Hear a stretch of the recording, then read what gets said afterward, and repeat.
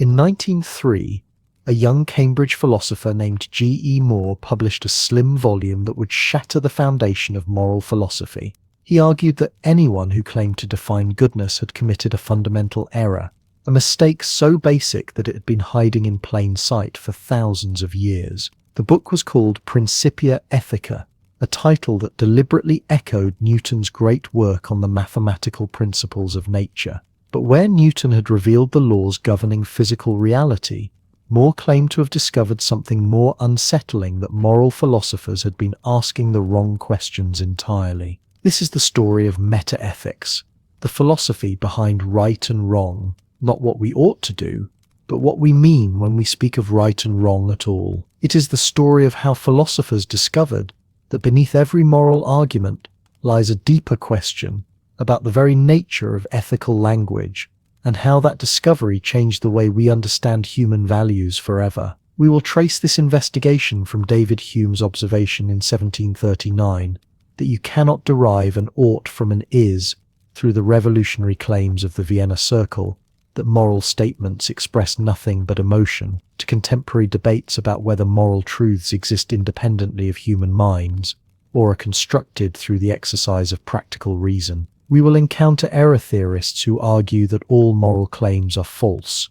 quasi-realists who try to have moral truth without moral facts, and constructivists who locate morality neither in the world nor in our feelings, but in the structure of rational agency itself. Moore himself makes for an unlikely revolutionary. Born in 1873 to middle-class parents in suburban London, he was a shy, earnest man who spoke with a slight stammer and possessed an almost compulsive honesty. His friends at Cambridge, including Bertrand Russell and John Maynard Keynes, remembered him as someone constitutionally incapable of intellectual pretense. When Moore did not understand something, he said so. When an argument seemed flawed, he pointed out precisely where and why. This relentless clarity made him a formidable philosophical presence despite his unassuming manner. Keynes would later write that Moore's influence on the Bloomsbury Group came not from any systematic doctrine, but from his method of ruthless questioning, his refusal to accept that words meant something simply because everyone used them confidently. The argument at the heart of Principia Ethica rests on what seems like a simple observation. Moore noticed that whenever philosophers tried to define goodness in terms of something else, you could always meaningfully ask whether that something else was itself good. If someone claims that goodness means pleasure, you can still coherently ask, but is pleasure good? If they say goodness means whatever promotes human flourishing, you can ask, but is human flourishing good? The question remains open. It is not like asking whether triangles have three sides, where the answer follows from the definition. This suggested to Moore that goodness could not be defined at all. It was what he called a simple notion, unanalysable, known directly through a kind of moral intuition. And if goodness could not be defined in terms of natural properties, like pleasure or evolutionary fitness or anything else observable in the physical world, then anyone who tried to provide such a definition had committed what Moore called the naturalistic fallacy. The implications were profound and disturbing. If Moore was right, then much of the history of moral philosophy had been based on a fundamental confusion. Aristotle's claim that goodness lies in fulfilling our natural function, Bentham's identification of good with pleasure, Spencer's evolutionary ethics, Marx's grounding of morality in historical development, all of these were based on the same error, attempting to define what could not be defined. Yet Moore's own solution raised questions perhaps more troubling than the problem. If goodness was a real property but not a natural one, where did it exist? How did we perceive it? Moore spoke vaguely of intuition, of simply seeing that certain things were good, but this seemed to locate morality in a realm of non-natural facts, accessible only to a mysterious moral sense. To many of his contemporaries and to many philosophers since, this appeared to multiply mysteries rather than solve them. Metaethics asks not whether murder is wrong, but what we mean when we say murder is wrong. It examines whether moral truths exist independently of human minds, whether ethical statements can be true or false, and what we are actually doing when we make moral judgments. These questions might seem abstract, the kind of thing only professional philosophers could care about, but they shape how we think about moral disagreement, moral progress, and the possibility of ethical knowledge. When you argue about politics or justice, when you wonder whether your moral convictions reflect reality or merely your upbringing, when you ask yourself whether there are any values that hold across cultures and history, you are engaging with meta-ethical questions. The philosophers we will encounter did not ask these questions in a vacuum. They asked them against the backdrop of world wars and social upheaval, of scientific revolutions that challenged traditional pictures of human nature, of increasing awareness of moral diversity across cultures. They ask them as believers and as skeptics, as defenders of objectivity and as proponents of radical subjectivism. What makes meta-ethics distinctive is its level of abstraction. Normative ethics asks what makes actions right or wrong. Applied ethics asks whether particular actions like abortion or capital punishment are right or wrong. Meta-ethics asks what rightness and wrongness are, what we are doing when we call something right or wrong, whether such claims can be true. It is philosophy about moral philosophy, an investigation into the foundations that support all our moral thinking. This can make it feel remote from practical concerns, but the distance is deceptive. Every normative theory presupposes meta-ethical commitments. Utilitarians who claim we ought to maximize happiness assume that such claims can be true or false, that there are facts about what we ought to do. Moral relativists who deny universal values are making meta-ethical claims about the nature of moral truth. You cannot escape meta-ethics by focusing on practical questions. The meta-ethical assumptions are always there, shaping what answers seem possible. The landscape of meta-ethics is marked by several fundamental divisions. There is the divide between moral realists, who believe moral facts exist independently of what anyone thinks, and anti-realists, who deny this. There is the divide between cognitivists, who hold that moral statements express beliefs that can be true or false, and non-cognitivists, who argue that moral statements express something else entirely, emotions, prescriptions, commitments. These categories cross-cut in complex ways. You can be a cognitivist anti-realist, holding that moral claims make truth-apt statements, but that all such statements are false because there are no moral facts. You can be a non-cognitivist who nonetheless wants to preserve moral truth talk, arguing that we earn the right to speak of moral truths, even though our moral statements fundamentally express attitudes rather than describe reality. The taxonomy grows more elaborate the deeper you go, revealing a conceptual space of remarkable intricacy.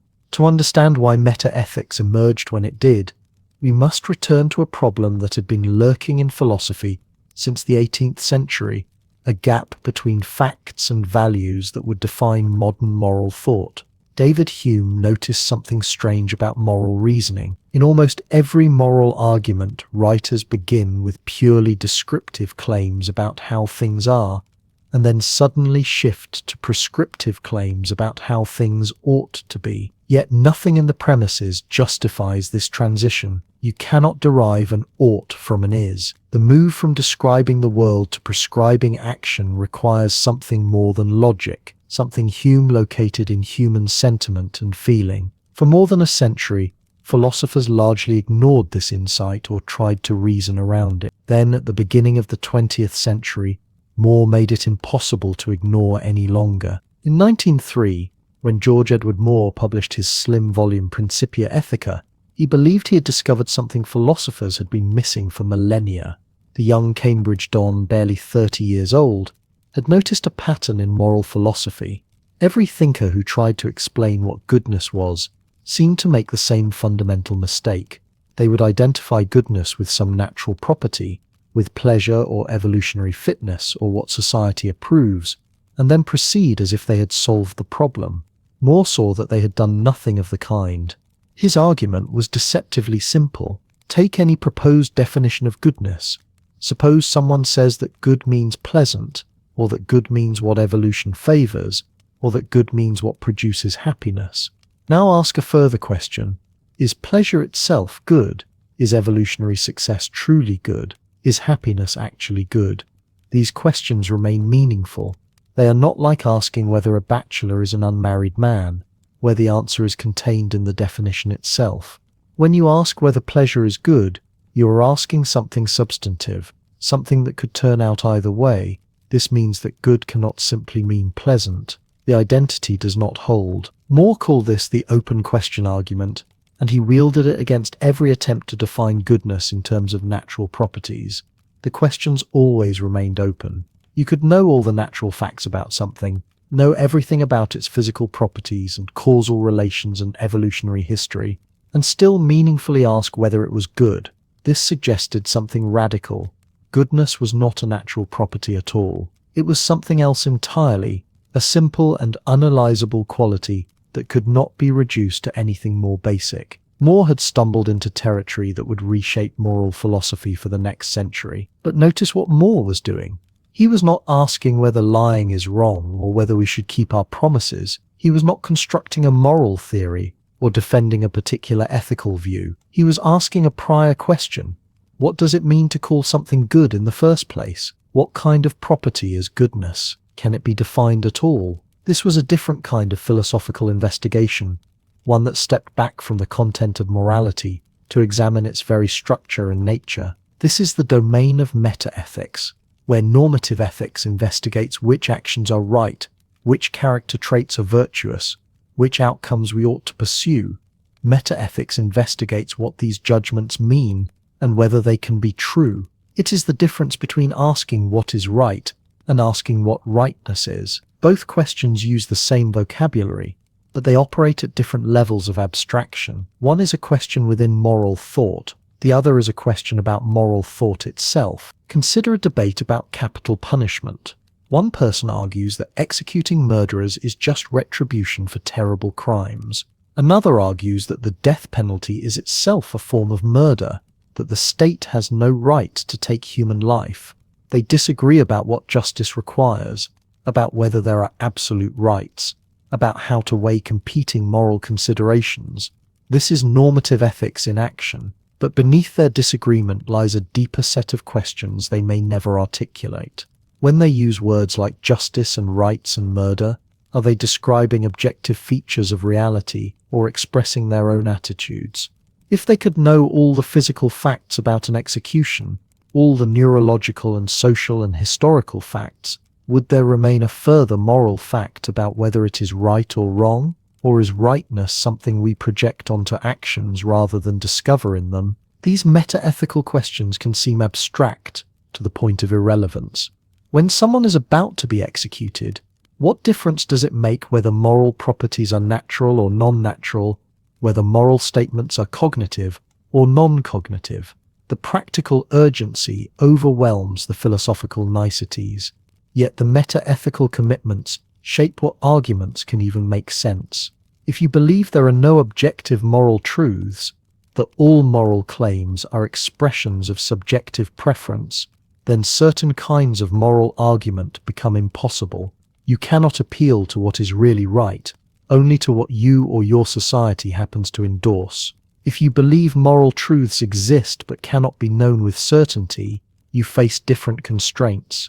If you believe goodness is identical to natural properties like pleasure or evolutionary fitness, you open certain argumentative paths while closing others.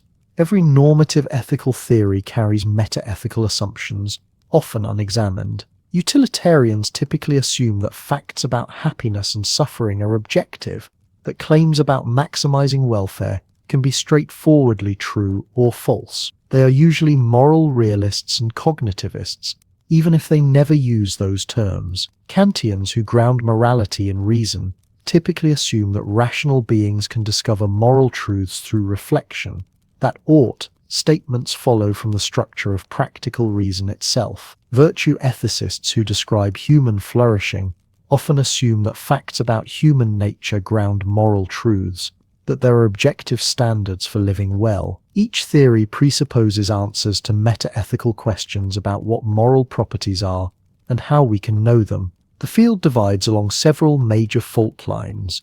Moral realists hold that moral facts exist independently of what anyone thinks or feels about them.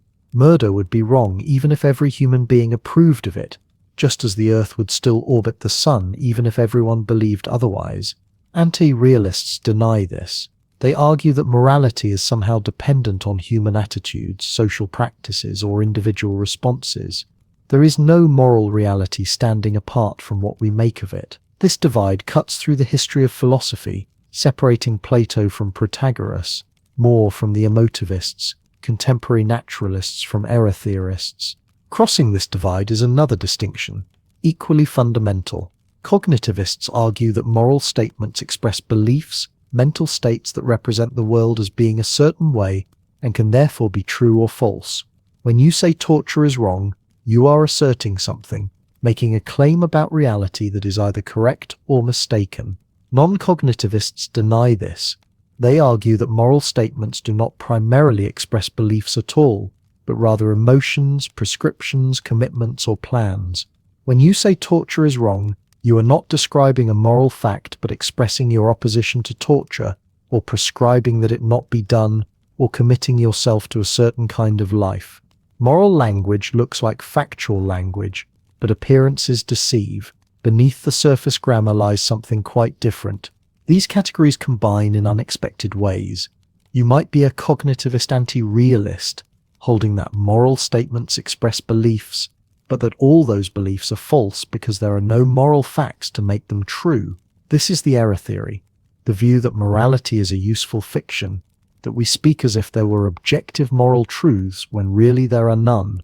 You might be a non-cognitivist who nonetheless wants to preserve moral truth talk, arguing that we can legitimately call moral statements true or false, even though they fundamentally express attitudes rather than describe reality. This is quasi-realism, an attempt to earn the right to realist-sounding language from anti-realist foundations. The conceptual space grows intricate, each combination answering the central questions differently while raising new puzzles of its own. Metaethics emerged as a distinct field only in the 20th century, though the questions it asks are ancient. Plato wondered about the nature of the good.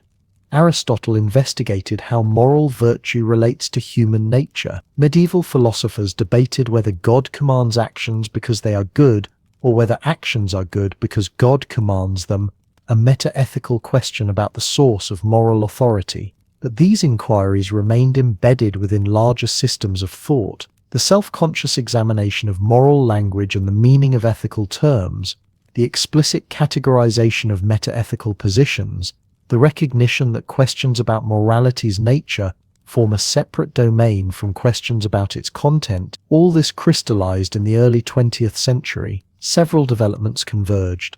Philosophy of language became central to philosophical investigation, as thinkers began to believe that many traditional problems could be resolved or dissolved by clarifying what our words actually mean.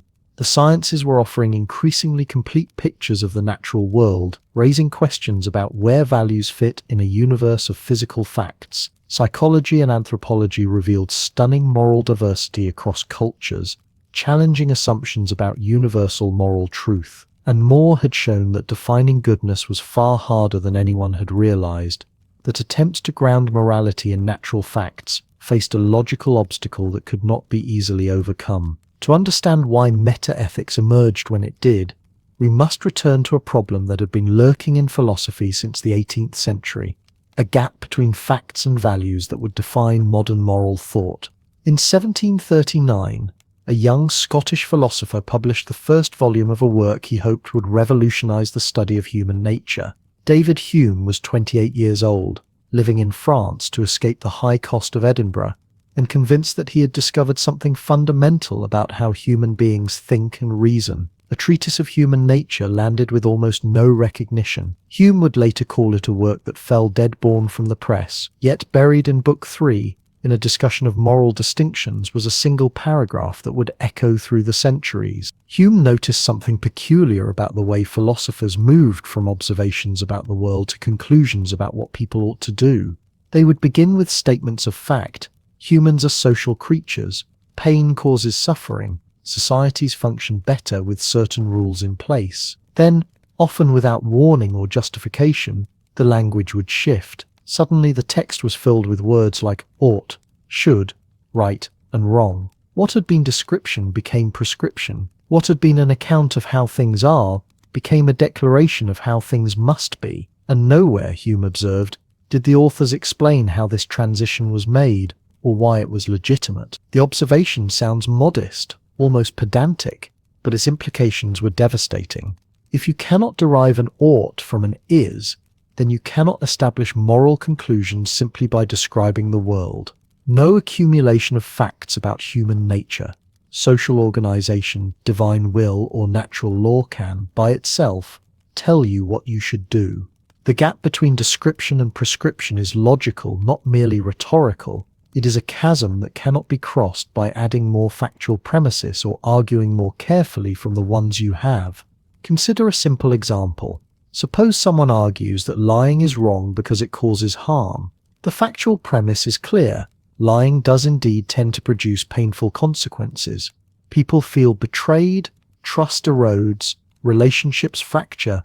All of this can be observed and measured, but the moral conclusion that lying is therefore wrong requires an additional premise that harm itself is bad, that we ought not to cause it, and that premise is not factual, it is normative. It smuggles in the very thing it was supposed to prove. Hume saw this pattern everywhere in moral philosophy. Natural law theorists claimed that moral principles could be read from the natural order of things. Rationalists argued that reason alone could discover what humans ought to do. Religious thinkers believed divine commands provided moral facts. But in every case, the argument moved from what is the case to what ought to be the case without acknowledging the leap involved. The bridge between fact and value was assumed, not built. This insight was particularly troubling for Hume, because he was skeptical that reason could provide moral foundations at all. He famously argued that reason is and ought only to be the slave of the passions. By this he meant that reason can tell us how to achieve our ends, but it cannot tell us what ends to pursue. It can reveal means, but not ultimate purposes. Moral distinctions, Hume concluded, arise not from reason but from sentiment, from feelings of approval and disapproval that humans naturally experience. We call actions virtuous because they please us in a certain way, vicious because they displease us. Morality is rooted in human nature, but in our emotional responses rather than our rational faculties. The historical context matters here. Hume was writing in the wake of religious wars and sectarian violence that had torn Europe apart. The Enlightenment project sought rational foundations for morality that could transcend religious disagreement. If moral truth could be discovered by reason or read from nature itself, then perhaps humanity could agree on basic ethical principles without appealing to competing theological claims. Hume's skepticism threatened this hope. If reason cannot bridge the gap between is and ought, if moral conclusions require non-factual premises, then the search for a purely rational ethics was doomed from the start. Yet Hume himself was not a moral skeptic in the sense of denying that moral distinctions exist or matter.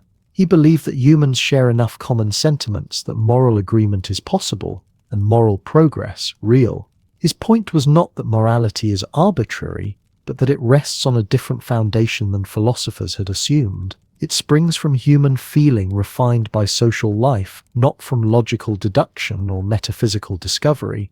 For decades, Hume's observation about the is-ought gap remained a footnote, acknowledged, but not deeply engaged. Moral philosophers continued to ground their theories in claims about human nature, reason, or the structure of reality. Even Kant, who placed reason at the center of ethics, believed he could derive substantive moral principles from the mere form of rational willing. The categorical imperative was supposed to tell us what we ought to do based purely on what it means to act rationally. Whether he succeeded in bridging Hume's gap or simply performed a more sophisticated version of the same illegitimate move remained contested. It was only in the 20th century, when philosophers became intensely focused on language and logic, that the full force of Hume's insight became clear.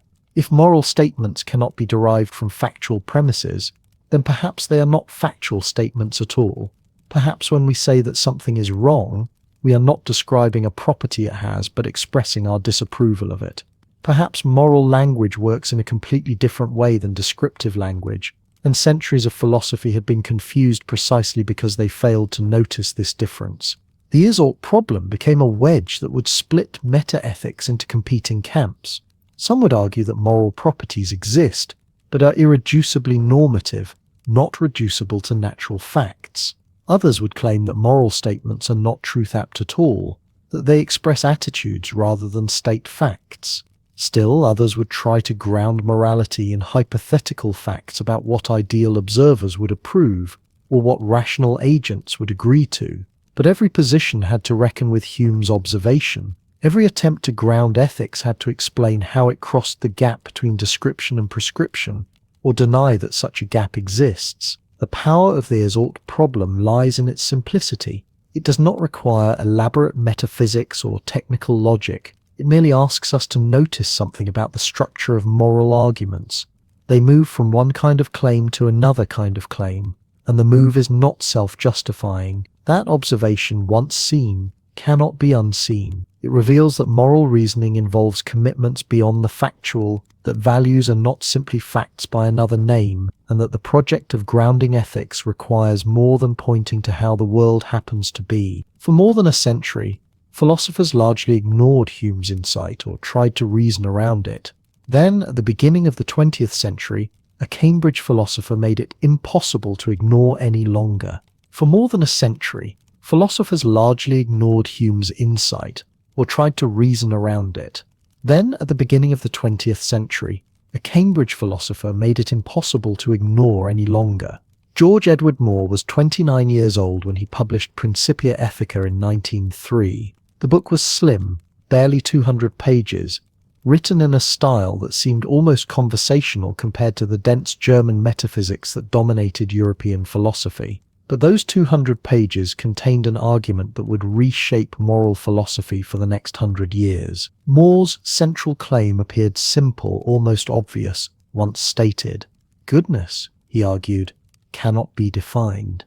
Not merely that we have not yet found the right definition, but that any attempt to define goodness in terms of something else involves a fundamental mistake. He called this mistake the naturalistic fallacy, though the name would cause endless confusion about what exactly he meant. The argument worked like this.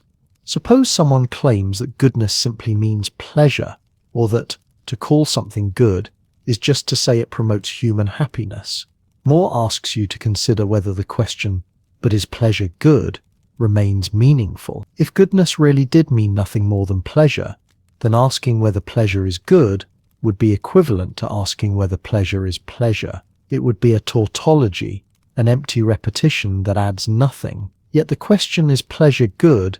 clearly does mean something. You can understand the question, debate it, take positions on it. This, Moore argued, reveals that goodness cannot be identical to pleasure. The question remains open. This became known as the open question argument, and Moore deployed it against every proposed definition of goodness that philosophers had offered. Does good mean what we desire? Then ask, is what we desire good? The question makes sense. So goodness cannot simply mean what we desire. Does good mean what promotes evolutionary fitness? Ask whether evolutionary fitness is good. Does it mean what produces the greatest happiness for the greatest number? Ask whether maximizing happiness is good. In every case, Moore argued, the question remains meaningful, which shows that goodness is not identical to the proposed definition. The argument struck many philosophers as devastating. For centuries, moral philosophers had tried to ground ethics in something else, to show that moral truths followed from facts about human nature, or God's will, or the structure of reason itself. Moore seemed to have shown that all such attempts were doomed from the start. You could never derive goodness from anything else because goodness was not reducible to anything else. But if goodness could not be defined, what was it? Moore's answer sounded almost mystical. Goodness, he claimed, was a simple, unanalyzable property, like yellowness. Just as you cannot explain what yellow is to someone who has never seen color, you cannot define goodness in terms of other concepts. You can only point to things that possess it and hope the other person grasps what you mean. Yet there was a crucial difference between yellowness and goodness. Yellow was a natural property, something that existed in space and time, something you could observe through your senses. Goodness, Moore insisted, was non-natural. It did not exist in the physical world in the way that colors or shapes or masses existed. When you said an action was good, you were attributing to it a property that could not be detected by any scientific instrument, that had no location and no physical effects. You were making a claim about something that existed, more believed, but existed in some realm beyond nature. This position became known as non-naturalism, and it raised immediate questions. How could we know about these non-natural properties? More suggested we had a special faculty of moral intuition, a kind of direct perception of goodness that operated independently of the senses. This seemed uncomfortably close to claiming mystical insight, and More himself struggled to explain how such intuition worked or why we should trust it. The philosophical problems multiplied. If goodness was non-natural, how did it relate to natural properties? More believed that certain natural states of affairs possessed goodness, that beauty and friendship and knowledge were good in themselves. But what was the relationship between, say, friendship as a natural phenomenon involving social bonds and affection, and the goodness that somehow attached to friendship? More called this relationship supervenience, though he never adequately explained it. Goodness supervened on natural properties without being reducible to them, like a shadow that necessarily accompanies an object without being part of the object itself. Yet, for all its difficulties, Principia Ethica had an enormous impact. It forced philosophers to take metaethics seriously as a distinct field. Before More, moral philosophers had typically assumed that questions about the nature of goodness could be answered alongside questions about what was actually good. More showed that these were separate questions requiring separate arguments. You needed to settle what goodness was before you could determine what things possessed it. The book also crystallized a way of thinking about moral philosophy that would dominate analytic philosophy for decades. More's method was conceptual analysis, the careful examination of what we mean by our moral terms. He believed that many philosophical problems arose from confusion about language, from philosophers using words without clearly understanding their meaning. By analyzing the concept of goodness with precision, he hoped to clear away centuries of muddle. Bloomsbury intellectuals embraced the book enthusiastically, though perhaps not always for the reasons More intended. Virginia Woolf and Lytton Strachey found in Principia Ethica a justification for their aesthetic pursuits and personal relationships, for the idea that beauty and love were good in themselves without needing utilitarian justification.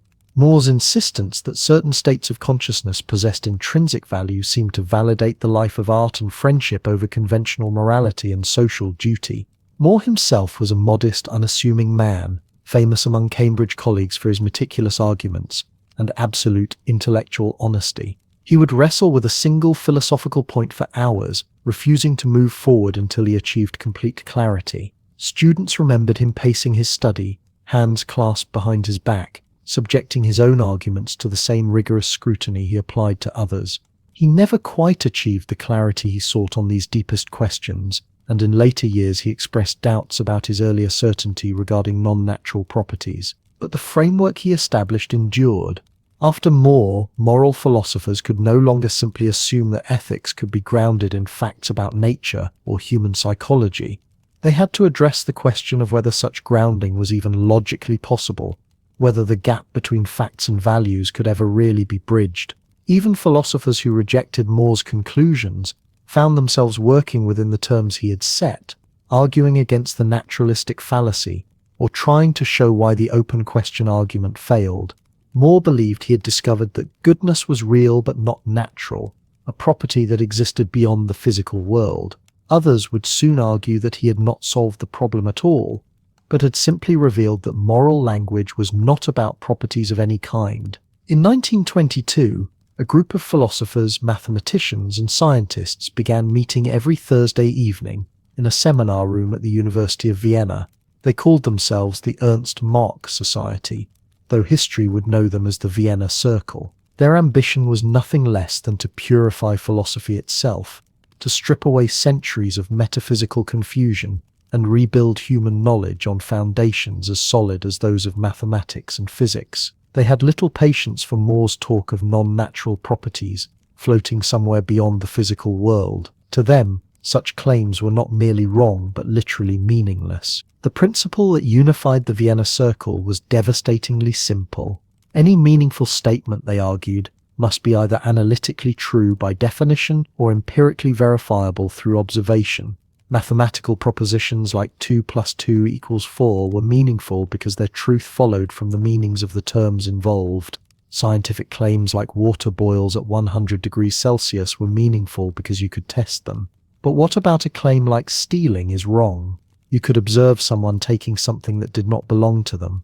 You could measure the consequences of their action. But could you observe or measure the wrongness itself? The circle's answer was no. And if moral wrongness could not be observed or verified, then statements about it were not false but meaningless, mere pseudo-propositions masquerading as genuine claims about reality. The youngest and most provocative member of this group was not Viennese at all. Alfred Jules Ayer arrived from England in 1933, barely 23 years old, and spent several months absorbing the circle's ideas with the enthusiasm of a convert. When he returned to Oxford, he set about writing a book that would introduce logical positivism to the English-speaking world, with a clarity and confidence that made him famous and infamous in equal measure. Language, Truth and Logic appeared in 1936. Ayer was just 26. The book moved through traditional philosophical problems with the efficiency of someone disposing of accumulated junk. Metaphysics, theology, ethics, each fell before the verification principle. But it was the chapter on ethics that proved most shocking. Ayer did not merely argue that moral philosophy had been misguided. He argued that ethical statements taken at face value were not statements at all. When you say murder is wrong, Ayer claimed, you are not describing the world. You are not reporting that you have discovered some property of wrongness attached to murder. You are simply expressing your disapproval. The statement has no more factual content than saying murder, boo, or letting out a cry of disgust. Conversely, when you say helping others is good, you are expressing approval, equivalent to saying helping others. Hooray. This was emotivism, the theory that moral language expresses emotions rather than stating facts. The implications were immediate and unsettling. If moral statements merely expressed feelings, they could not be true or false. Truth and falsehood apply to factual claims, not to exclamations or expressions of attitude. You cannot say that boo is true or that hooray is false. This meant that moral disagreement was not really disagreement about facts at all. When two people argued about whether euthanasia was permissible, they were not debating an objective truth. They were simply expressing conflicting emotions and perhaps trying to influence each other's feelings. There was nothing to be right or wrong about, only different attitudes in collision. Ayer acknowledged that this sounded radical, but he insisted it merely made explicit what careful analysis revealed. People felt that moral judgments had some special force, some authority beyond personal preference, but that feeling was an illusion. The only difference between moral utterances and simple expressions of taste was that moral language had evolved to sound more impressive, to carry more emotional weight. Beneath the impressive surface, though, there was nothing but feeling. The reaction was swift and divided. Some philosophers found emotivism liberating. It cut through centuries of fruitless debate about moral truth and revealed ethics for what it was, a domain of human sentiment, not cosmic fact. It explained why moral disagreements were so persistent. People were not failing to perceive moral truths clearly. They were simply expressing different emotional responses shaped by different upbringings, cultures, and temperaments. And it freed moral philosophy from the burden of trying to ground ethics in nature or reason or non-natural properties, none of which had ever worked satisfactorily. But others found emotivism deeply troubling. It seemed to make morality arbitrary, to reduce the most serious human concerns to mere exclamation. When someone said the Holocaust was evil, were they really just expressing disapproval, as if they had tasted something bitter? The emotional weight people attached to moral judgments seemed to demand more than emotivism could provide. And what about moral reasoning? People gave reasons for their moral views, constructed arguments, considered counterexamples, changed their minds based on reflection. If moral statements were just emotional expressions, what was all that reasoning doing? You do not construct logical arguments for your preference for chocolate over vanilla. Charles Leslie Stevenson, working at Yale and then Michigan, recognized these limitations. In 1944, he published Ethics and Language, a more sophisticated version of emotivism that tried to preserve its central insight while addressing its weaknesses. Stevenson agreed that moral judgments expressed emotions, but he argued that they did more than that. They also aimed to influence the emotions and actions of others. When you said stealing was wrong, you were not just venting disapproval, you were trying to discourage stealing, to shape attitudes and behavior. This added a dimension that simple emotivism lacked. Moral language had a purpose, a function in human social life. It was not mere expression but a tool for coordinating behavior and sentiment. Stevenson distinguished between the emotive meaning of ethical terms, which expressed and evoked attitudes, and their descriptive meaning, which conveyed information about natural properties. The emotive meaning was primary, but the descriptive meaning explained why moral reasoning was possible. When people argued about whether an action was right, they were not just expressing conflicting feelings, they were also disagreeing about the natural facts of the situation and trying to bring about agreement in attitude. This was progress, but it raised new questions. If moral language served to influence attitudes, was it fundamentally manipulative?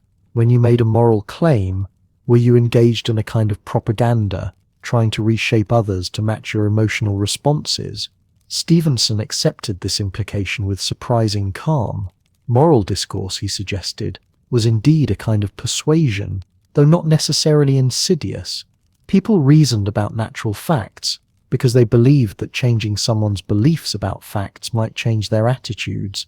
The reasoning was genuine, but its ultimate aim was not truth but agreement in feeling. The philosophical community found itself in an uncomfortable position.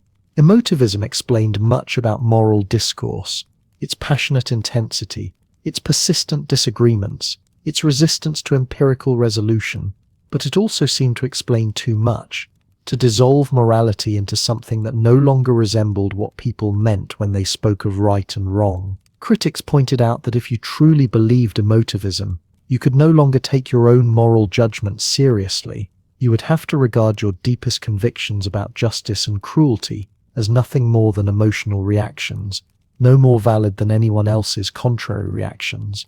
The theory also faced a technical problem that proved difficult to resolve.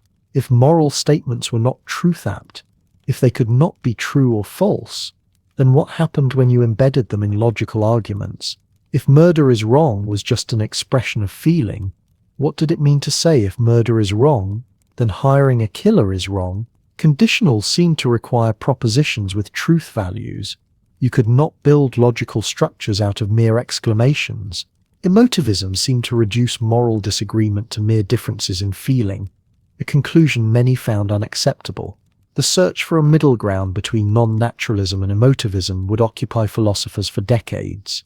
Richard Mervyn Hare arrived at Balliol College, Oxford in 1936 with the intention of studying classics. War intervened. He spent 3 years as a prisoner of war in Singapore and Thailand, an experience that would shape his philosophical conviction that moral language must be more than mere expression of feeling. When soldiers debated whether to share their meager rations, when they argued about whether to resist their captors or cooperate, they were not simply venting emotions, they were reasoning, testing principles, trying to determine what they ought to do. This intuition, that moral discourse has logical structure even if it does not describe moral facts, would become the foundation of prescriptivism. By the time Hare published The Language of Morals in 1952, emotivism had come to seem inadequate to many philosophers. Hare had claimed that saying murder is wrong was essentially equivalent to saying murder with a particular tone of disapproval, like stamping your foot. But moral argument looked nothing like this. When people disagreed about abortion or capital punishment, they offered reasons, tested consistency, appealed to principles. They behaved as if logic constrained what they could coherently say, even if they were not describing facts. Hare believed he could explain this structure without retreating to More's mysterious non-natural properties or abandoning the insight that moral language is fundamentally action-guiding rather than descriptive. The key was to recognize that language has two distinct dimensions of meaning. Descriptive meaning conveys information about what is the case. When you call a tomato red, you describe a property it possesses. Prescriptive meaning, by contrast, guides choice and action. When you call a car good, you are not merely describing it, but commending it, recommending it, prescribing that it be chosen. The word good, Hare argued, has both dimensions. It has descriptive meaning that varies by context. A good car must be reliable. A good strawberry must be sweet. But it also has prescriptive meaning that remains constant. To call something good is always to commend it, to guide someone toward choosing it. Moral language, in Hare's view, is fundamentally prescriptive.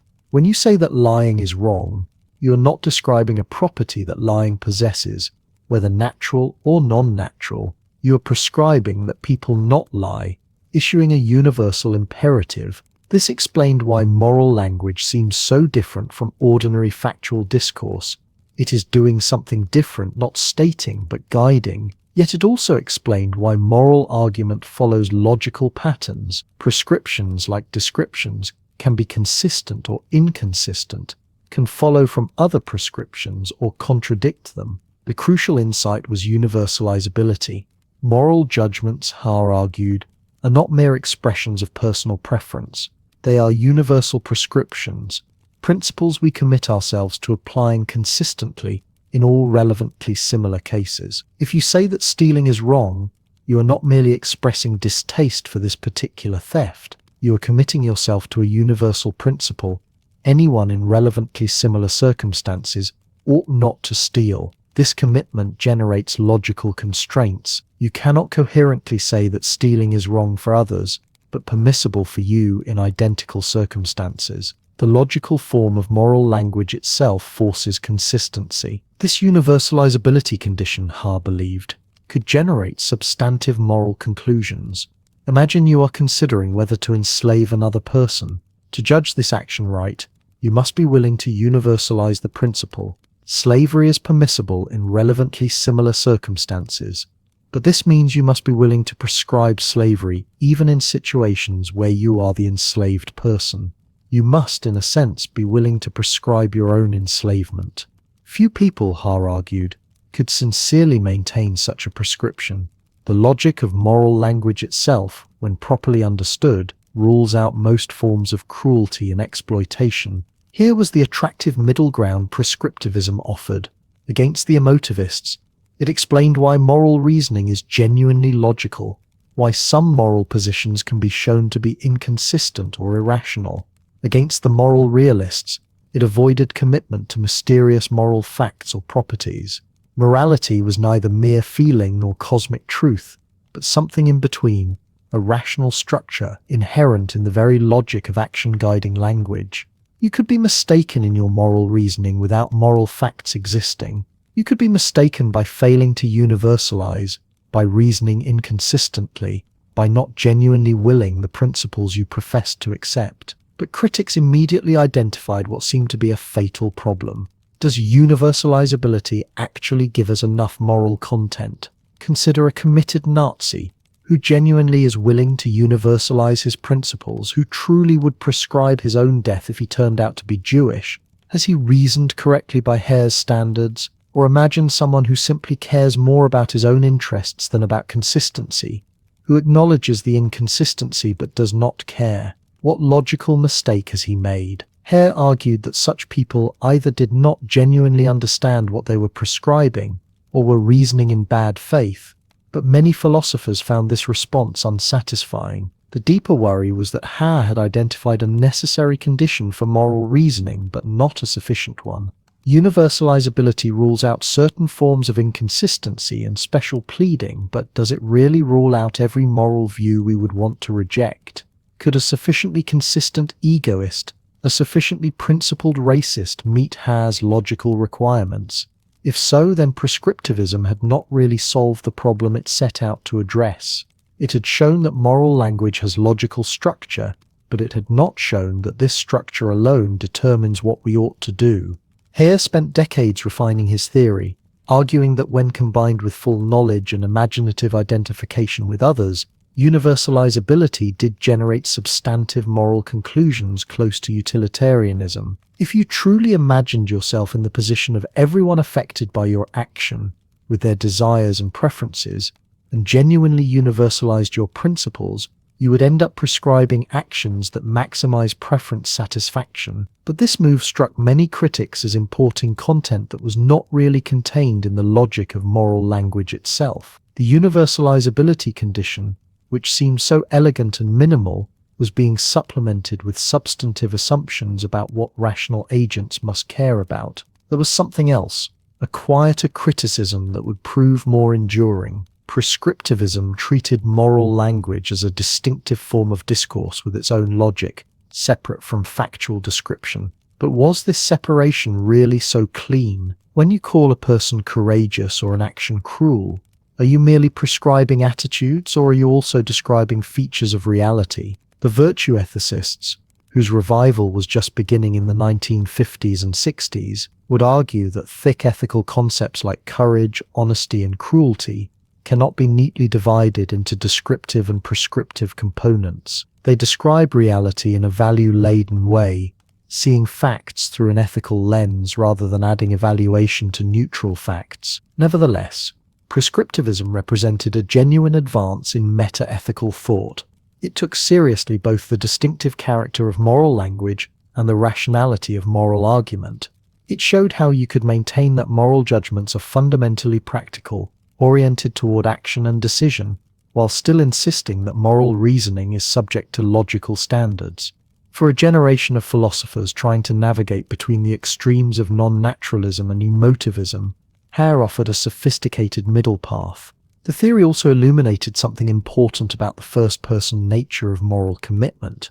To make a moral judgment, on Hare's view, was not to observe a fact, but to commit yourself, to take a stand that bound your future choices. This captured something genuine about moral experience, the sense that in making moral judgments, we are not merely describing, but deciding who we will be, what principles we will live by. Morality in this picture is inescapably personal, not because it is merely subjective, but because it essentially involves commitment and self-legislation. While Hare sought structure in the logic of moral language, another tradition was developing that rejected the idea of moral truth altogether, arguing that all moral claims are systematically mistaken.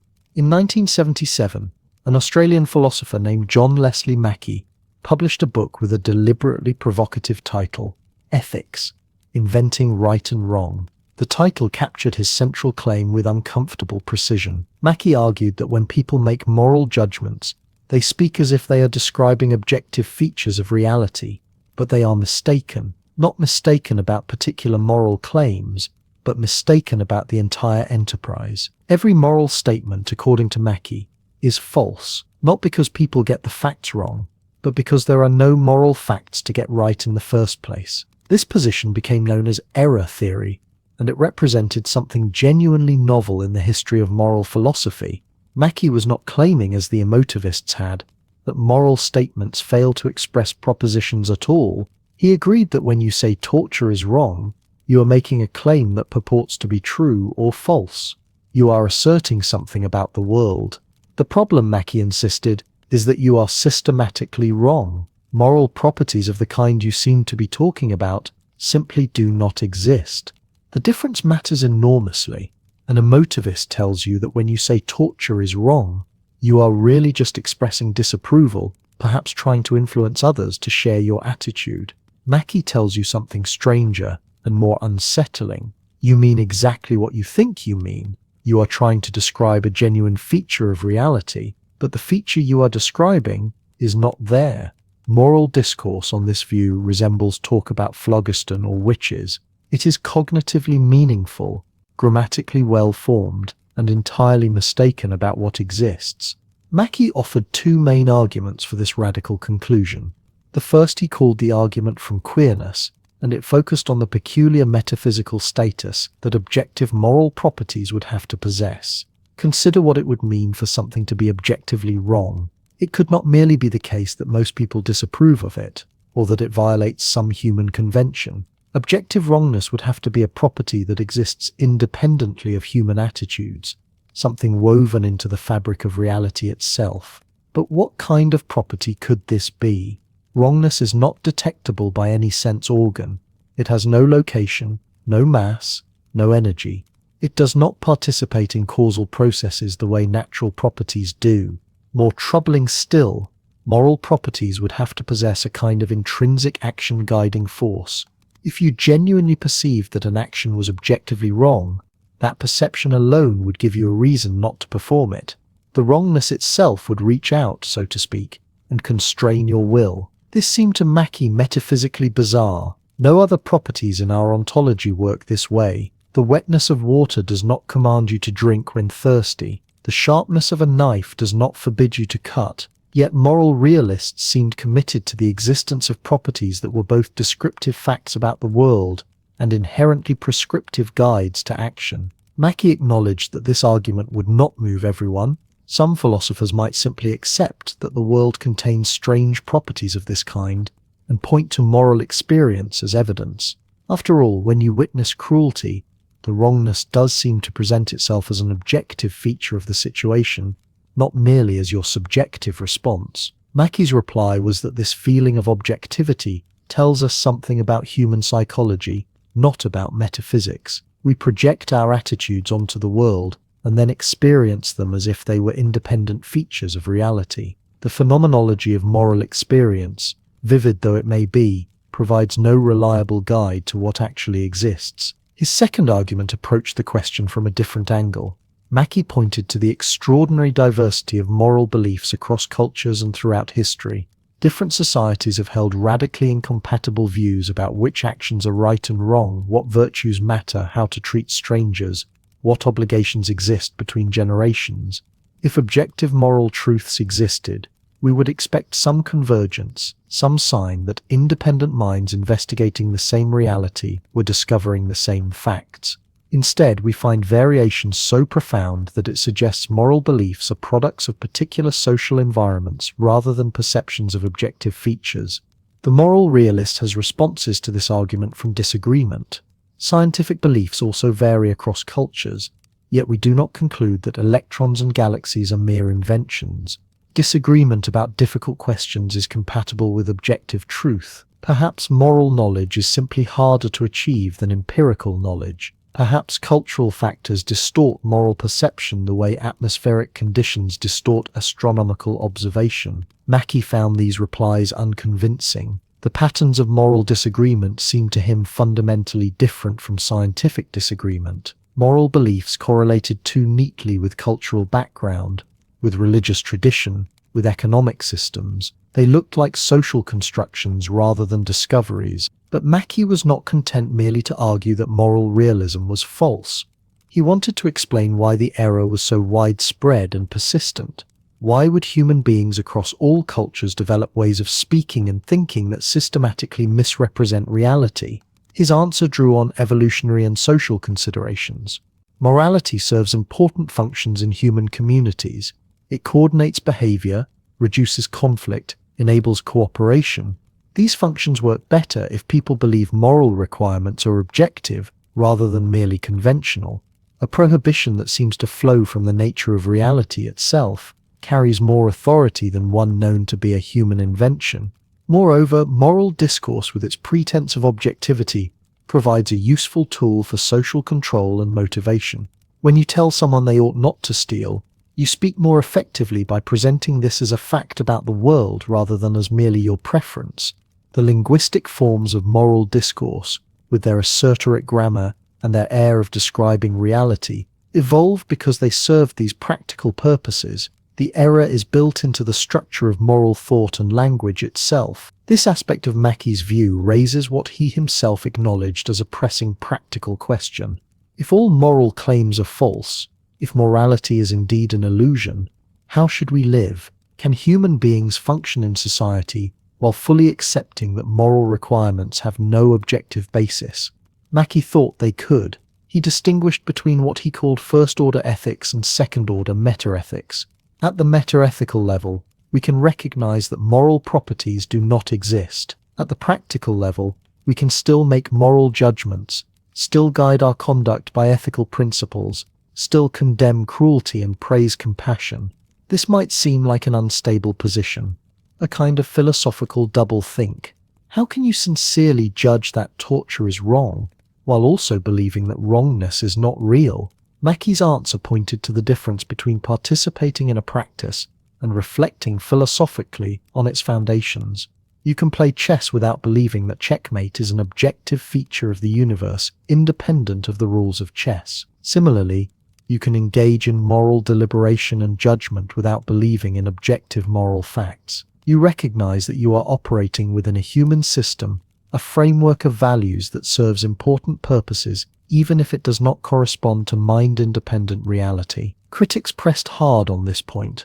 Some argued that Mackey had not adequately distinguished his position from non-cognitivism. If moral judgments are all false but we should still make them, are we not simply expressing attitudes while using fact-stating grammar? Mackey insisted the distinction was real. The error theorist agrees that moral judgments have truth conditions and purport to describe reality. They just happen to be uniformly false. The non-cognitivist denies that moral judgments even aim at truth. This might seem like a subtle difference, but it has implications for how we understand moral disagreement, reasoning, and progress. Others worried about the stability of moral practice under error theory. If people came to widely accept that morality was an illusion, would the institution of morality collapse? Would the sense of moral obligation lose its force? Mackey thought not, or at least thought the risk was worth taking for the sake of truth. But he also believed that most people would not, and perhaps should not, become error theorists. The philosophical truth about morality need not become common knowledge. A certain degree of useful illusion might be socially necessary. This raised uncomfortable questions about the relationship between philosophical inquiry and practical life. Was Mackey advocating a kind of noble lie, where philosophers see through the illusion but encourage others to remain deceived? He would have rejected this characterization, but the tension remained. Error theory occupies a peculiar space in metaethics. It takes moral discourse seriously as cognitive and meaningful, yet declares it comprehensively mistaken. It acknowledges the practical indispensability of moral judgment while denying its metaphysical foundations. Whether this position is ultimately coherent or livable remains a matter of ongoing debate. What Mackey achieved, regardless of whether his positive view persuades, was to clarify the radical nature of the question at stake in metaethics. He forced philosophers to confront what it would mean to take moral realism seriously and what price we might pay for abandoning it. His arguments from queerness and disagreement continue to challenge those who claim that moral properties exist objectively, and his attempt to reconcile error theory with continued moral practice highlights a deeper puzzle about the relationship between our philosophical beliefs and our practical commitments. Error theory presented a stark picture: morality as useful fiction. But many philosophers resisted this nihilistic conclusion, arguing that moral truth could be grounded not in strange metaphysical properties, but in human practices and reasons. Error theory presented a stark picture: morality as useful fiction. But many philosophers resisted this nihilistic conclusion, arguing that moral truth could be grounded not in strange metaphysical properties, but in human practices and reasons. By the 1970s, a quiet rebellion was underway. Philosophers began noticing something that had been obscured by decades of sophisticated theorizing about the logic of moral language.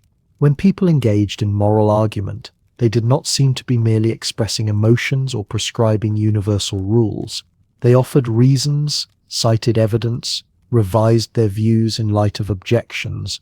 Moral reasoning looked disconcertingly similar to reasoning about matters of fact.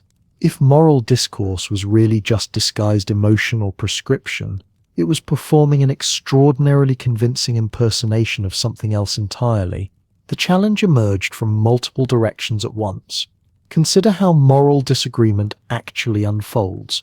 When two people argue about whether capital punishment is justified, they do not simply hurl opposing feelings at each other. They cite facts about deterrence, appeal to principles about the value of human life, construct arguments about consistency and fairness. They treat some considerations as genuinely relevant and others as beside the point. They acknowledge when objections have force, The structure of moral debate mirrors the structure of factual investigation far more closely than emotivism or prescriptivism could comfortably explain. Even more troubling for non-cognitivism was the phenomenon of moral learning. People change their moral views not merely by having different feelings, but by coming to understand situations more deeply, by recognizing considerations they had previously overlooked, by seeing implications they had failed to notice. A person who comes to oppose slavery after learning about its actual conditions does not simply report a shift in emotional response. They describe having discovered something about slavery itself, about what it really involves and what it does to human beings. The phenomenology of moral thought persistently suggests that we take ourselves to be tracking features of reality, not merely expressing our subjective states. These observations pointed toward a surprising possibility. Perhaps the non-cognitivists had been right about one thing. Moral properties were indeed strange, if conceived as Moore had conceived them, as non-natural objects of a special intuitive faculty. But perhaps the mistake was not moral realism itself, but rather the assumption that moral properties had to be non-natural. What if moral facts were simply natural facts, no more metaphysically mysterious than facts about health or function or need? This approach, naturalistic moral realism, gained momentum through the 1980s and 90s. Its central insight was disarmingly simple. When we say that cruelty is wrong, we might be stating a fact about cruelty, about what it does and what it involves. When we say courage is good, we might be identifying a genuine feature of certain character traits and actions.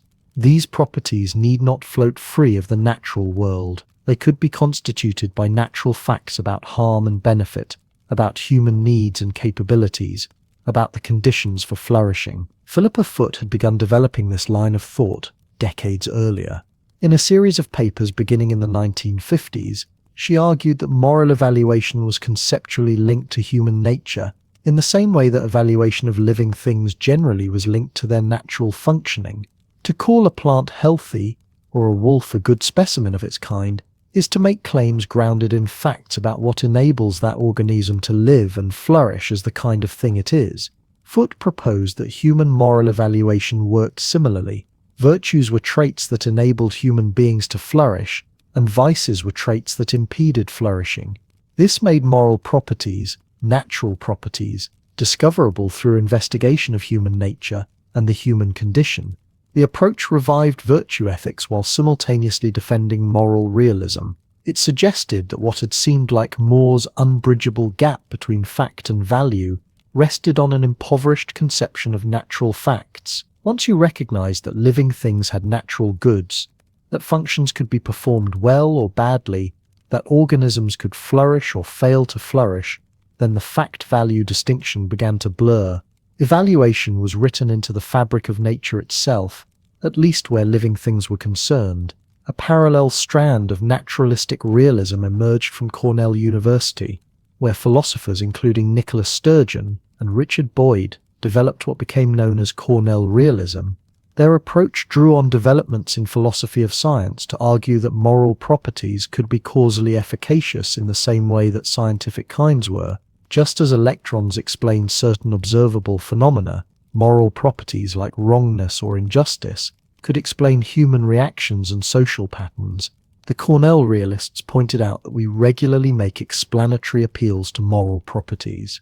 We explain why someone felt guilty by noting that they had done something wrong. We explain social reform movements by reference to genuine injustices. We explain why certain practices were abandoned by noting their cruelty. If moral properties were merely projections of our attitudes, these explanations would be circular or empty. But they do not feel circular. They feel like genuine explanations that cite real features of situations. This opened a new front in meta-ethical debate.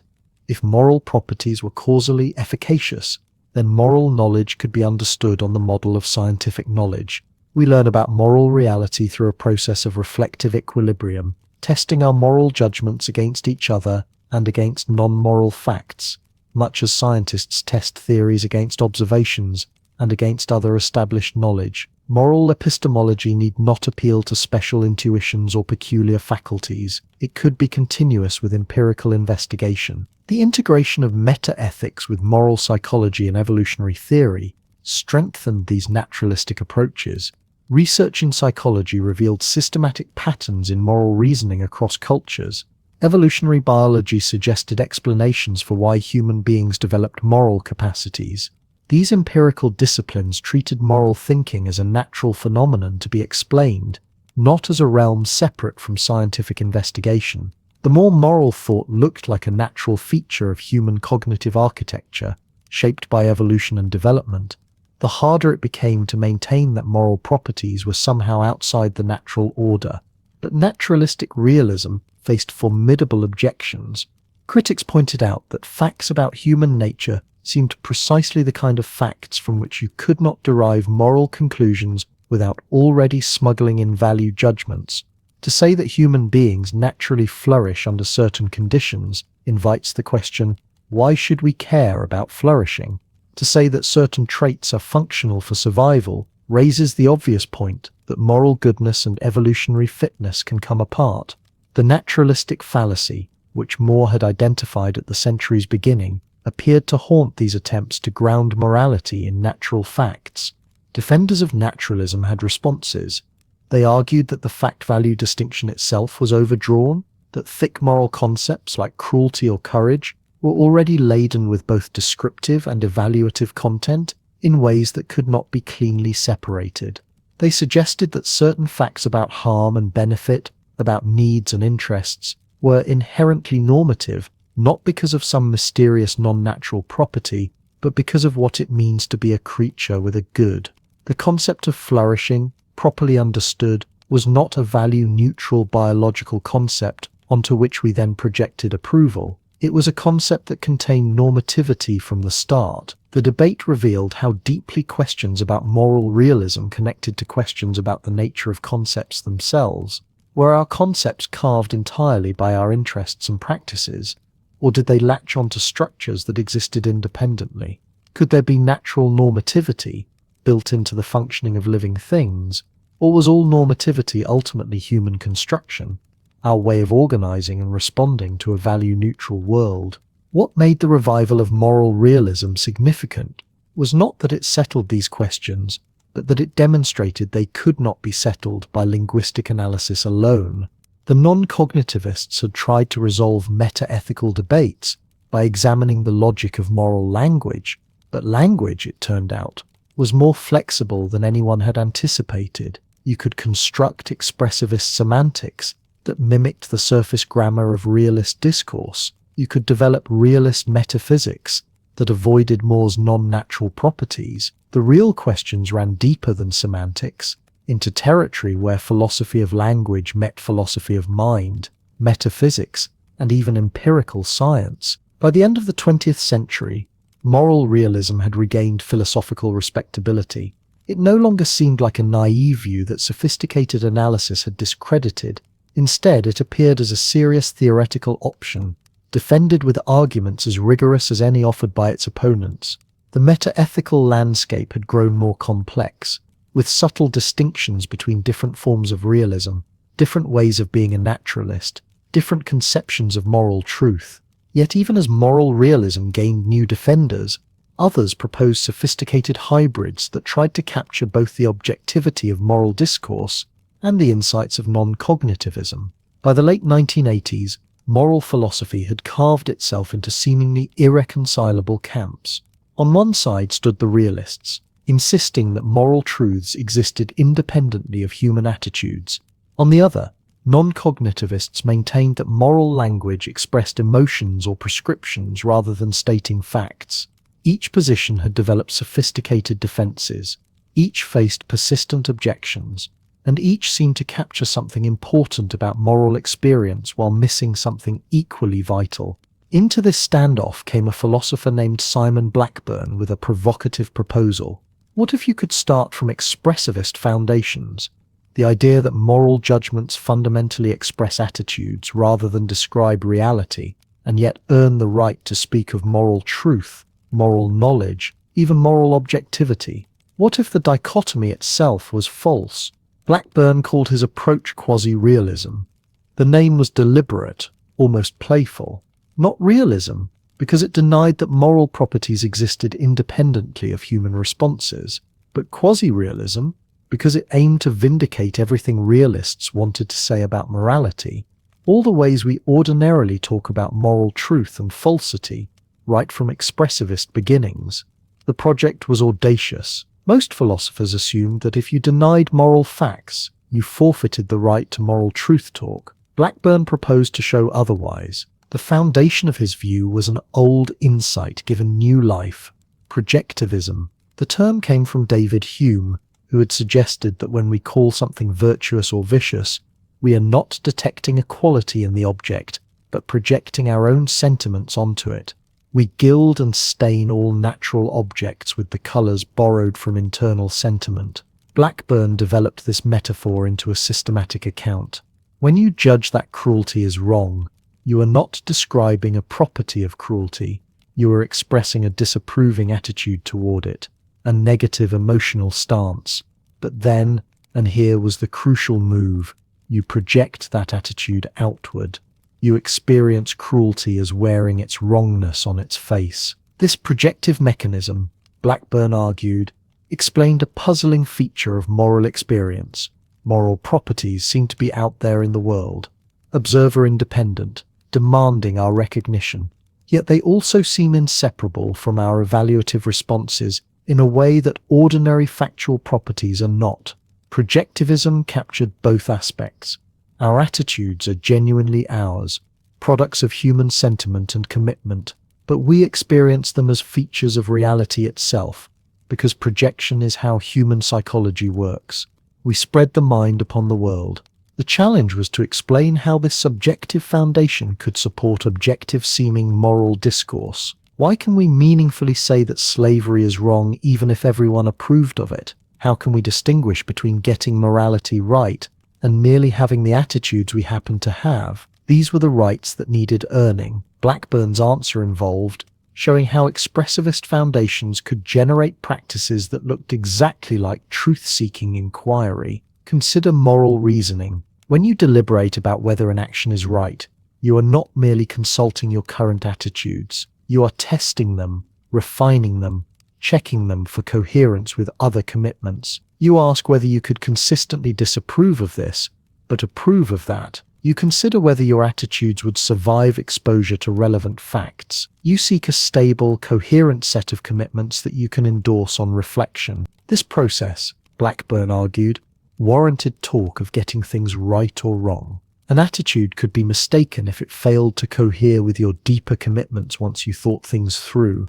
Moral truth emerged from this process of reflective stabilization, not as correspondence to independent moral facts, but as the upshot of ideally coherent, informed, stable, emotional stances. Truth was immanent in the practice of evaluation itself. The view was subtle enough that many wondered whether it remained genuinely expressivist. If you could speak of moral truth, moral knowledge, even moral facts in the quasi-realist sense, what difference remained between quasi-realism and full-blown realism? Blackburn insisted the difference was metaphysical, not practical. His view avoided commitment to queer, irreducible moral properties. It grounded morality in human attitudes, while explaining why those attitudes generate objectivity-apt discourse. But critics questioned whether this metaphysical economy was worth the philosophical gymnastics required to earn truth talk from expressivist foundations. Around the same time, another philosopher was developing a related but distinct approach. Alan Gibbard, working at the University of Michigan, proposed what he called norm expressivism. His focus was broader than Blackburn's, encompassing not just moral judgments but all normative thinking. Judgments about what to do, what to believe, what to feel, how to plan a life. Gibbard's central insight was that normative thinking is fundamentally about coordination. When you make a normative judgment, you are not just expressing an isolated attitude, you are taking a stance on what norms to accept, and those norms are social devices for coordinating action and response. To call something rational, or morally required, or aesthetically superior is to endorse certain norms for thinking, acting, and feeling together. His account of moral judgment was elegant in its simplicity. To think that an action is wrong is to accept norms that permit guilt if one does it, and anger at others who do. To think something right is to accept norms that permit these reactive emotions. Morality, on this view, was not about moral facts or even about isolated individual attitudes. It was about planning what to do and what to feel, coordinating our emotional and practical lives through shared norms. This approach had striking implications for understanding moral disagreement. When two people disagree about whether an action is wrong, they are not disagreeing about what attitudes they currently have. That would make disagreement trivially easy to resolve. Nor are they disagreeing about observer-independent moral facts. They are disagreeing about what norms to accept, what patterns of guilt and anger to endorse, how to coordinate their evaluative lives. The disagreement is genuine and substantive because accepting norms has practical consequences, but it does not require moral properties in the world. Gibbard also offered an account of moral reasoning. When you reason morally, you are testing proposed norms for consistency. You ask whether you could coherently accept a norm in one case while rejecting it in another. You consider how norms interact, whether accepting this norm commits you to accepting that one. You explore hypothetical scenarios to see whether your proposed norms yield judgments you can endorse. All of this looks exactly like truth-seeking reasoning, yet it proceeds without assuming that moral truths exist independently of the norms we accept. The deepest question about these views was whether they remained genuinely anti-realist. Both Blackburn and Gibbard insisted they did. They denied that moral properties existed independently of human attitudes and norms. They rejected the idea that moral truths were there to be discovered rather than constructed through evaluative practice. Yet they vindicated moral truth talk, moral objectivity, even moral knowledge. The result was a philosophical position that seemed to occupy both sides of traditional divides at once. Some philosophers argued this was a virtue. Perhaps the old dichotomies, realism versus anti-realism, cognitivism versus non-cognitivism, were too crude to capture the actual structure of moral thought. Perhaps what we needed were sophisticated hybrid views that incorporated insights from multiple traditions. Quasi-realism and expressivism offered exactly that. Others saw the same flexibility as a vice. If your anti-realism allows you to say everything a realist wants to say, in what sense does it differ from realism? The worry was that quasi-realism collapsed the distinction it claimed to preserve. By earning the right to truth talk, it had simply become realism by another name, offering metaphysical economy while delivering all the practical commitments of moral objectivity. The debate revealed something important about metaethics itself. Beneath questions about what moral judgments mean, lay deeper questions about what philosophical differences amount to. When does a distinction without a practical difference remain a meaningful distinction? Can metaphysical economy alone justify preferring one view over another, if both views license identical ways of speaking and reasoning? These questions had no obvious answers. What was clear was that by the late 20th century, metaethics had become extraordinarily sophisticated. Simple emotivism, which reduced moral judgments to mere expressions of feeling, had evolved into complex theories of how evaluative attitudes generate objective discourse. The landscape was no longer neatly divided between those who believed in moral facts and those who did not. Instead, philosophers were mapping subtle terrain where attitudes, norms, reasons, and truth interacted in ways that resisted simple categorization. These sophisticated middle positions revealed how deeply metaethics had moved beyond simple dichotomies, but fundamental questions remained about how moral reasons relate to reasons for action. By the late 20th century, moral philosophy had mapped itself into opposing territories. On one side stood the realists, insisting that moral truths existed independently of human thought, waiting to be discovered like facts about chemistry or astronomy.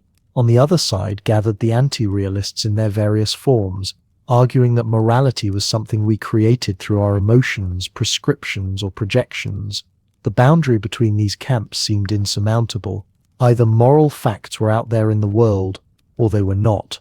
Either we discovered goodness, or we invented it. Then a different approach began to take shape. one that refused this stark choice entirely.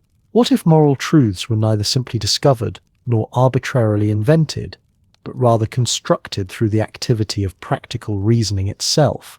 What if the authority of morality came not from a realm of moral facts waiting to be perceived, nor from mere expressions of feeling, but from the structure of rational reflection? This view, known as constructivism, would offer a distinctive answer to the deepest question in meta-ethics: where does the normativity of morality come from? The constructivist insight emerged most clearly in the work of Christine Korsgaard, a philosopher working at Harvard in the 1990s and early 2000s. Korsgaard returned to Immanuel Kant, the 18th-century German philosopher, whose work had always stood somewhat apart from the realist-anti-realist debate. Kant had not claimed that moral truths existed as properties in the world, nor that they were mere expressions of sentiment. Instead, he had argued that morality was grounded in the nature of practical reason itself, in what it means to be a rational agent deciding what to do. Korsgaard developed this Kantian approach into a sophisticated meta-ethical position. Her central question was what she called the problem of normativity. What makes anything a reason for action? When you believe you ought to keep a promise or help a friend, what gives that ought its force? The moral realist has an answer. You ought to keep the promise because promise-keeping has the property of moral rightness, and that property exists whether you recognize it or not. The emotivist has a different answer. You feel approval toward promise-keeping, and your ought expresses that feeling. But Korsgaard found neither answer satisfying. Her alternative began with a simple observation about human consciousness. Unlike other animals, human beings are self-conscious. We do not simply act on our impulses and desires. We step back from them, examine them, and ask ourselves whether they really constitute reasons for action. A dog chases a rabbit because the dog wants to chase the rabbit. A human being who wants something can ask, should I act on this desire? Is this desire really a reason? This capacity for reflective endorsement, Korsgaard argued, is what makes us rational agents. But here is where the constructive work begins.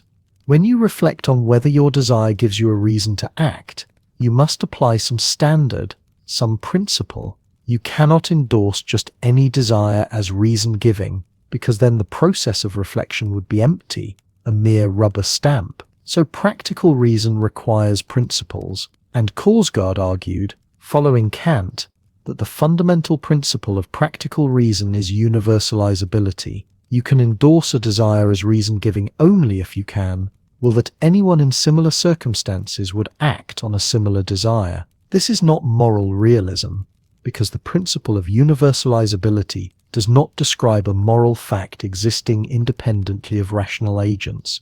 It is not written into the universe, rather it is constructed by the activity of practical reason itself. When you engage in practical reasoning, when you step back and ask what you should do, you are already committed to universalizability. It is a condition built into the structure of rational reflection, and from this single principle, Korsgaard believed the entire framework of morality could be constructed. Obligations, rights, virtues, all emerge from what rational agents must will when they reflect properly on what they have reason to do.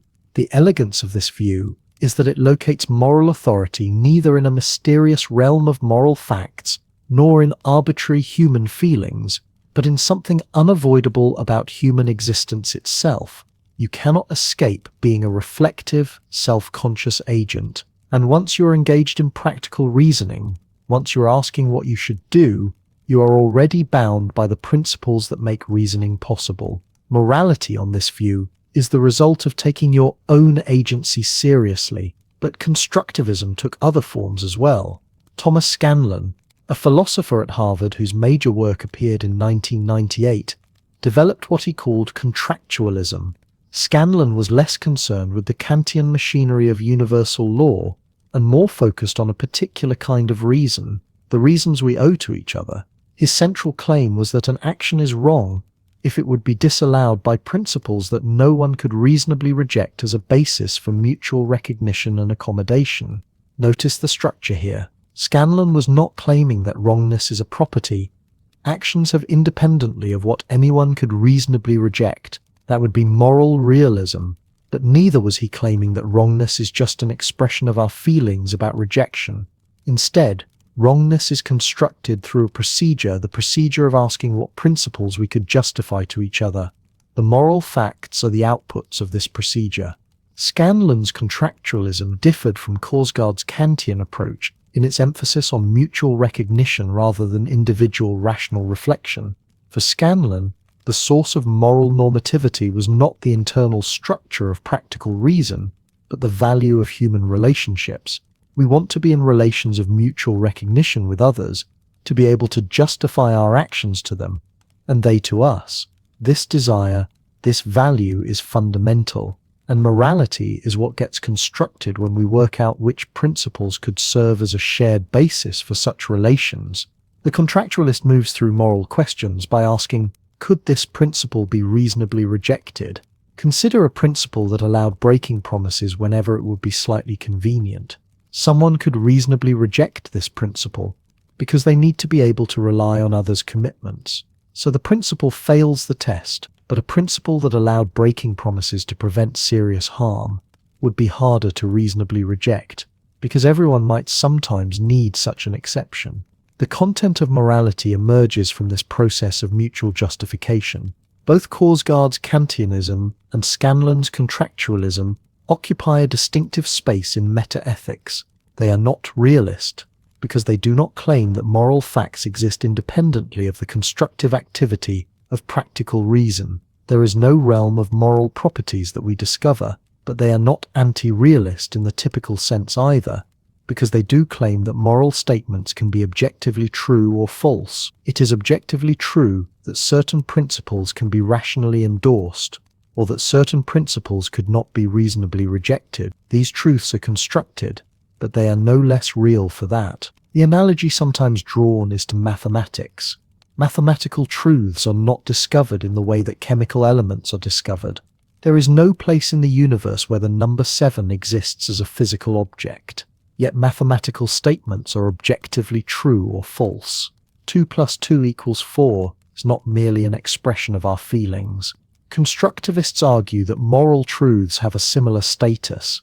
They are the outcome of rational procedures rather than descriptions of moral objects. Yet they are binding and objective nonetheless. This raised deep questions about the relationship between different moral theories. If morality is constructed through practical reason, which construction is correct, the Kantian focuses on universal law, the contractualist focuses on mutual justification, the consequentialist focuses on outcomes. Are these competing constructions or different aspects of a single rational framework? Derek Parfit, the British philosopher whose massive work On What Matters appeared in 2011, devoted much of his final decades to arguing for what he called the convergence of moral theories. Parfit believed that Kantian, contractualist, and consequentialist reasoning, properly understood, all led to the same moral conclusions. The three theories were, he argued, climbing the same mountain from different sides.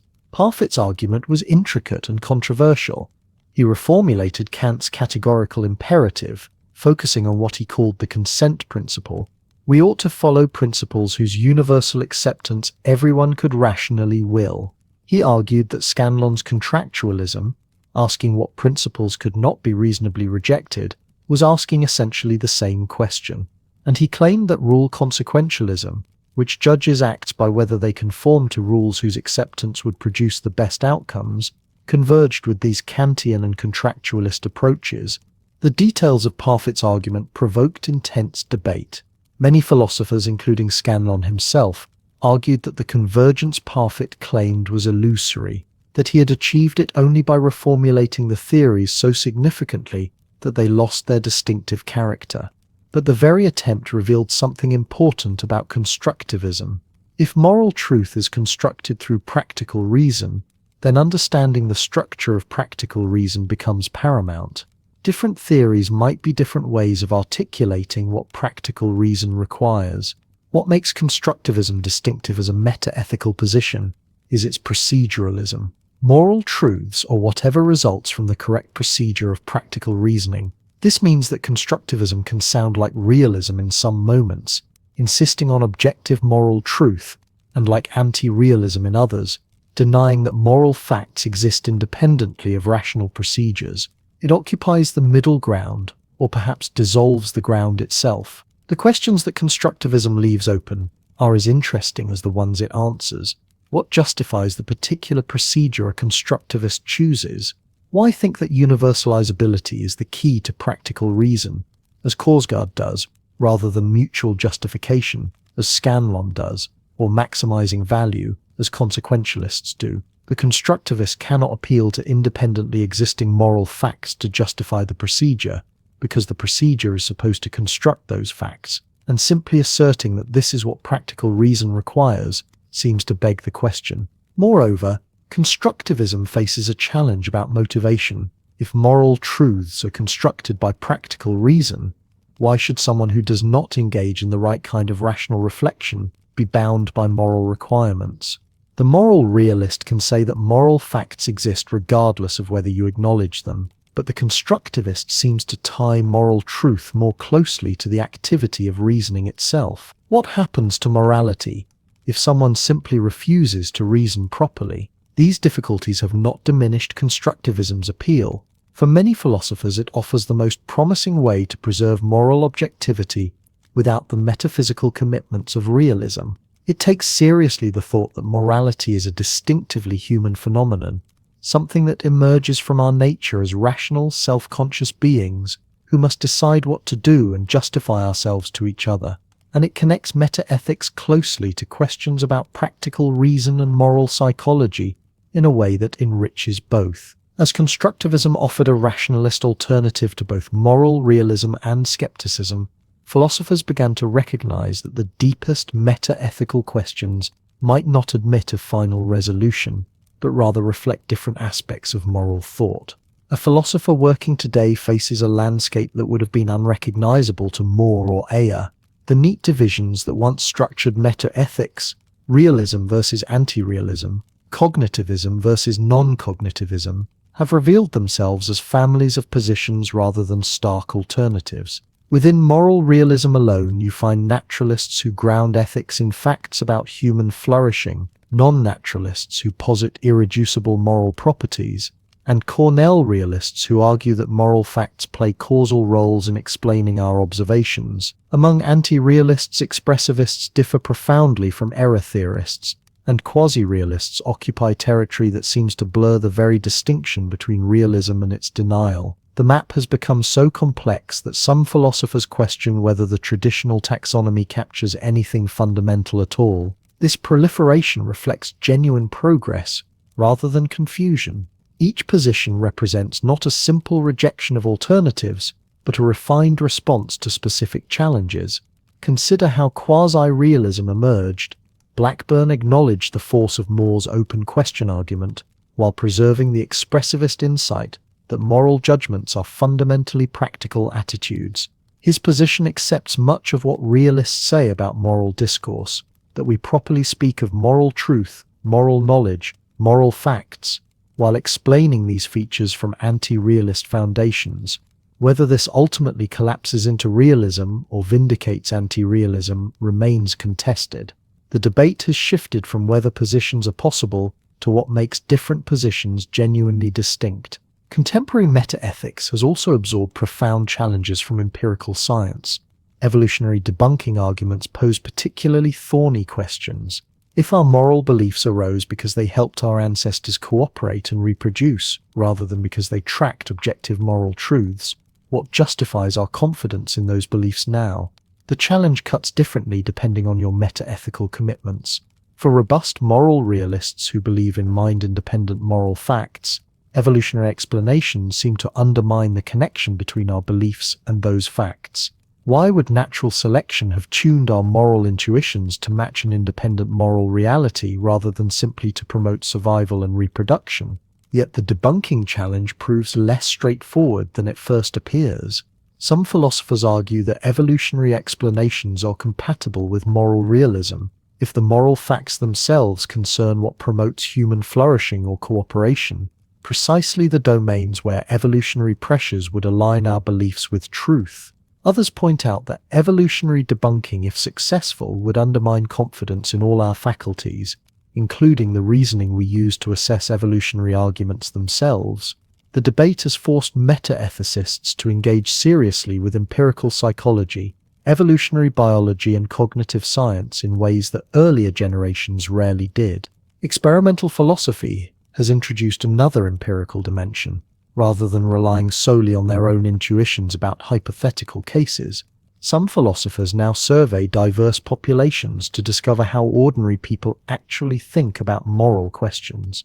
The results have been unsettling. Studies suggest that folk moral judgments are influenced by factors that seem philosophically irrelevant: the order in which cases are presented, whether scenarios involve action or omission, even whether people are standing near a hand sanitizer when making moral assessments. Some experimental philosophers argue these findings vindicate non-cognitivism. Moral judgments look more like emotional reactions sensitive to arbitrary framing effects than like beliefs tracking objective truths. Others resist this interpretation. They point out that perceptual judgments are also influenced by contextual factors without thereby being non-cognitive. The fact that you judge a color differently depending on background lighting does not mean color judgments fail to state facts. Similarly, the context sensitivity of moral judgment might reflect features of our epistemic access to moral truths rather than the absence of such truths. The experimental data has become a new battleground where meta-ethical positions compete to explain the same empirical observations. These abstract debates matter for practical moral life in ways that become clear when you consider moral disagreement. If you and someone else hold incompatible moral views about abortion, or capital punishment, or economic justice, the meta-ethical question of whether either of you could be objectively right takes on immediate significance. Moral realists can make sense of the idea that one party is simply mistaken, that the disagreement reflects ignorance or error rather than mere difference in attitude. Anti-realists must explain disagreement differently, perhaps as conflicting desires or incompatible plans for living, but they face pressure to account for why moral disagreements feel distinctly like disagreements about truth, rather than mere clashes of preference. The question of moral progress presents similar stakes.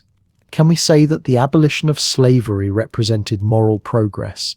That societies that grant equal rights to women have become morally better? Realists have a straightforward story. These societies came to recognize moral truths that earlier societies failed to grasp. Anti-realists must work harder. Some appeal to increasingly coherent or reflectively stable attitudes. Others argue that progress means better satisfying values we already hold. But the risk remains that without objective moral standards, talk of progress reduces to mere change, leaving us unable to condemn past injustices except by imposing current attitudes on different times. Motivation presents perhaps the most persistent puzzle. When you sincerely judge that you ought to help someone, does that judgment by itself give you a reason to act? Or must it be combined with a separate desire to do what you ought? Internalists about moral motivation argue that moral judgments necessarily carry motivational force. You cannot genuinely judge something right while feeling no inclination whatsoever to do it. This internalist thesis seems to support non-cognitivism. Beliefs about ordinary facts do not by themselves motivate, but attitudes like desires and plans do.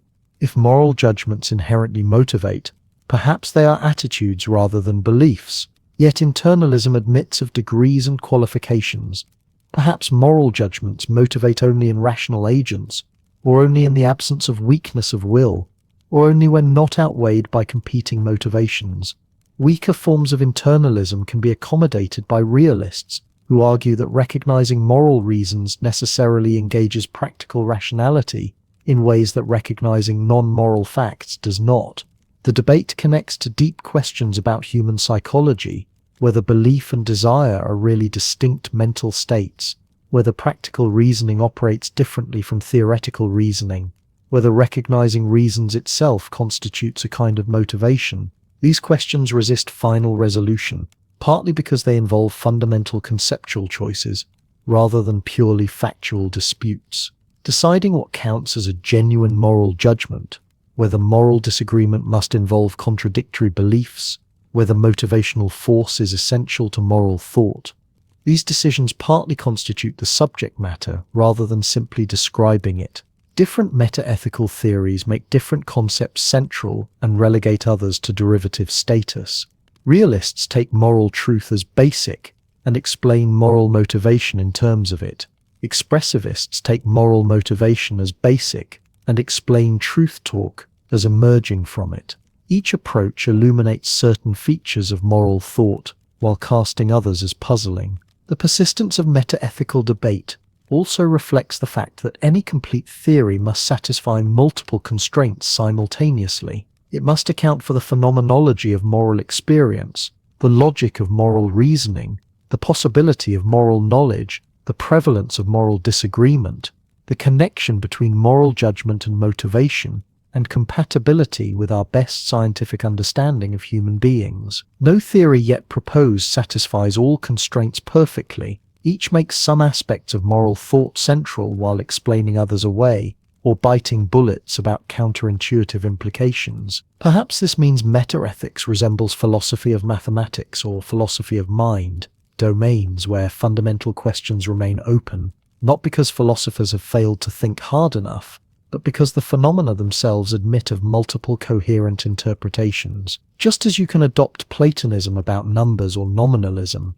realism about consciousness or eliminativism, perhaps you can coherently embrace moral realism or sophisticated expressivism, each offering distinctive advantages and facing distinctive challenges. Or perhaps the unresolved state of metaethics indicates that moral thought itself contains genuine tensions that no single theory can fully capture.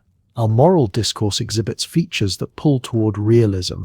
We speak of moral truth, moral knowledge, moral discovery. It also exhibits features that pull toward anti-realism, the apparent lack of observational access to moral facts, the connection between moral judgment and motivation, the way moral disagreements persist even among reflective people with shared non-moral beliefs. Rather than showing that one side is confused, this might reveal that moral thought serves multiple functions that cannot all be fully rationalized together. The living quality of these debates emerges from watching philosophers refine positions in response to objections, develop hybrid views that preserve insights from opposing camps, and discover new challenges that force rethinking of established positions.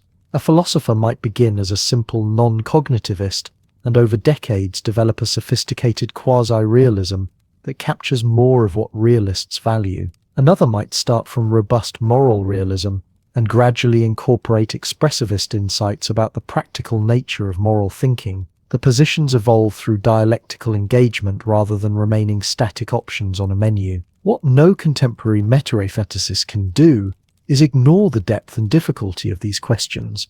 The easy dismissals that characterize some early 20th century positivism, the idea that moral philosophy is simply confused or meaningless, have given way to recognition that moral thought presents genuinely difficult theoretical problems that deserve serious philosophical attention. Whether moral facts exist, whether moral judgments state truths, what we do when we engage in moral reasoning, these questions connect to fundamental issues about mind, language, reality, and reasons for action. They also matter beyond the seminar room.